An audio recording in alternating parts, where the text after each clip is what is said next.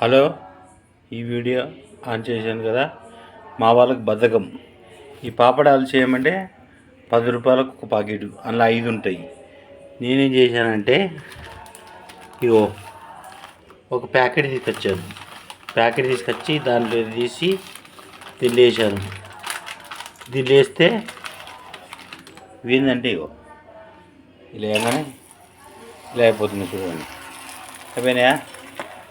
ఇవి తీసుకోగానే ఇగో ఇవి వెంటనే అయిపోతున్నాయి. మనకు 10 రూపాయలకి ఎన్ని వస్తున్నాయి?